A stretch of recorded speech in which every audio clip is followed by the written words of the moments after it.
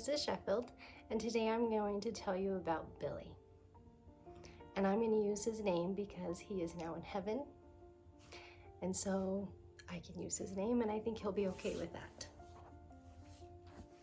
These earrings are from Billy.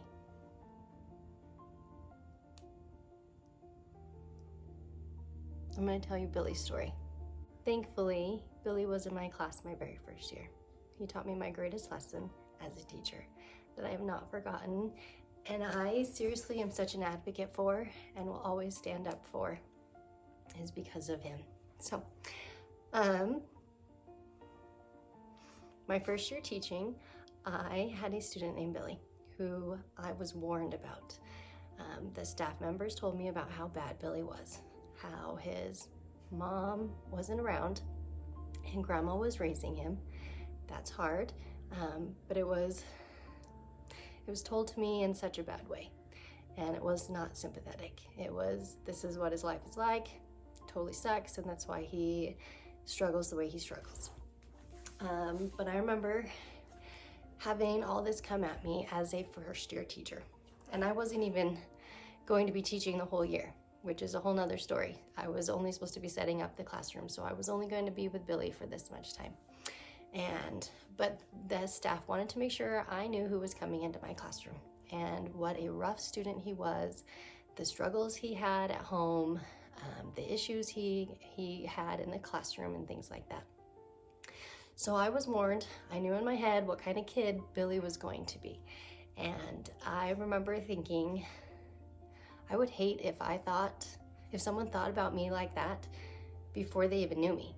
You know, I was a supervisor at a company called Melaleuca at the time, and I thought, what if someone joined my team and before they even met me, people had badmouthed me and said, she's the worst supervisor, blah, blah, blah, you're not gonna like her, and things like that. And so I thought, I don't want people to think that about me without even knowing me, without even giving me a chance.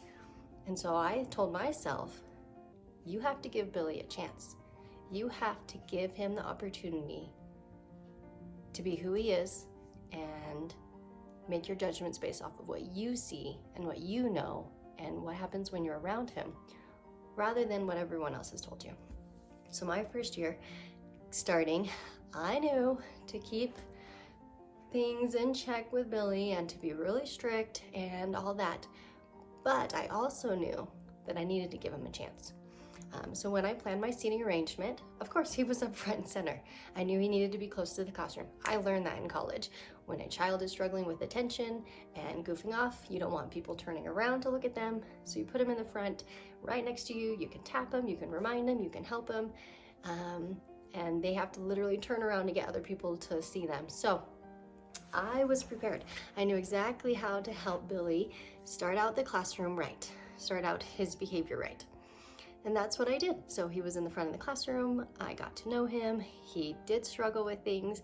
He was rowdy. He didn't know how to work. He was behind academically, which makes sense once you think about his life experiences and how he was treated before.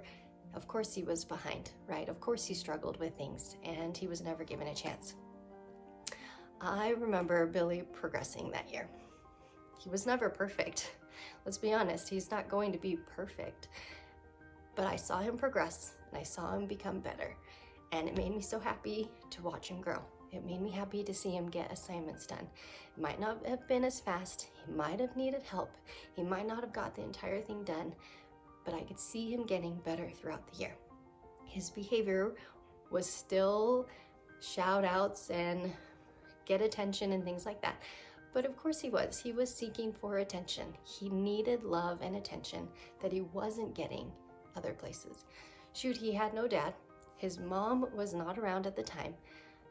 He was missing out in so much, and that at school is where he was searching for that attention. And I don't have too much to say about that other than I saw him progress, and I saw him grow, and I saw him change. And it made me so happy, and it gave me hope that hopefully he could see that he had what it took to be a great student, and he was capable of so much more. That's all I wanted for Billy, was to help him develop himself. At the end of that school year, this was in 4th grade, His grandma came to me and said, "You have no idea what a difference you made in his life. I've never seen him so happy to be at school and to go to school and to smile at home and to finally feel good about himself. Thank you for doing that." And that's just what I wanted to do. I didn't want to judge him. I wanted to give him the chance. And because of things, I just wanted him to believe in himself. So these sweet earrings, I've had for 15 years. He made these earrings for me. It was the sweetest thing. He asked his grandma, "Can you take me to the store so I can make something for Mrs. Sheffield?" And this is what he made me. So every year I wear these earrings to remind me to always give a child a chance to be better and to encourage them to be better. His grandma's message was so sweet to me because I felt like I had done something right in such a chaotic year. And it just made me happy. But he struggled for the next little while. He struggled in school, he struggled in life. And every time I checked in with one of the old students, it was typically the girls that kept in contact with, I heard about how this was happening and Billy did this and this is what Billy was doing. And then he just kind of fell off the radar as my life went on and his life went on and the girls' life went on. We didn't have that same contact relationship. And so I really didn't know what happened to Billy. Well, about 10 years ago, one of my old students from my first year teaching contacted me and said, "Billy died. And I'm sorry I didn't invite you to the funeral. I didn't think about it at the time. I should have invited you, I'm sorry. But I thought you should know that Billy died." And my heart just sunk because all I could think was that he was so depressed in life, that he was so alone in life, that he just gave up, that he killed himself, or that he chose an even harder path and got into mix with worse people, and he ended up dying through some sort of gang incident or doing something stupid. And I just thought something happened so badly because of the choices he was making, and my heart just broke. Like, if someone would have stayed with him and helped him, maybe he wouldn't have died. So I kind of poured out my heart to the student and thanked him for letting me know. And I said, "How did it happen?" Because my mind was just racing about all these terrible things that could have happened, because I knew where his life was headed if he kept choosing that way, and from what I had heard from other students. And the boy wrote me back and he said, "It was an accident. He shot himself when he was getting ready to hunt. He was going hunting and he just accidentally shot himself. It wasn't fair to him." But what my student told me was that Billy had changed his life. Through all the hardships, through everything he had gone through, he had changed his life. He had become religious, and he was going to church on Sundays. He was going to school. He was working. He was doing all that he could to make his life better, because he finally saw that he had the potential and that he was capable of having a better life. And it makes me so happy that Billy had changed his life.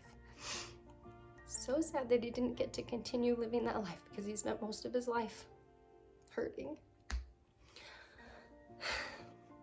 But he taught me that every child can change, that you shouldn't judge a child without knowing them, that you can't take what happens at home and peg them as a bad kid, because there are things that they can't do anything about. When you have a child entering your classroom and you've heard about how bad they are, sure, keep that in the back of your mind. Don't forget that this is what they struggle with, this is what is going on in their life, this is what we know. But don't let that hinder you from giving another chance, hinder you from loving them from the start, from treating them the exact same as any other child in that classroom. because like Billy showed me,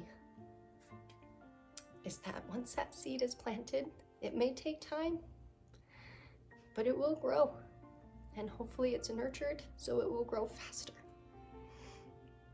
But it starts with us in the classroom, because sometimes they don't have it at home. And I am a firm believer that teachers do a greater good than we're given credit for, because the kids spend so much time with us. We can make a difference in their lives. We can bless them to be confident, to love themselves, to believe that they can, and to push through whatever the heck is going on at home. So, remember my story of Billy. Always give a child a second chance, and a third chance, and a fourth chance, and help them be successful. Don't ever peg a child as a bad kid. There's no bad kids. You can help them see their potential. You can help give them the benefit of the doubt. You can encourage them to be their very best selves by helping them see the good qualities in them. Here's to Billy. I will forever wear these earrings to remind me of the little boy who pushed through hard things and came out a better person. Thanks, Billy.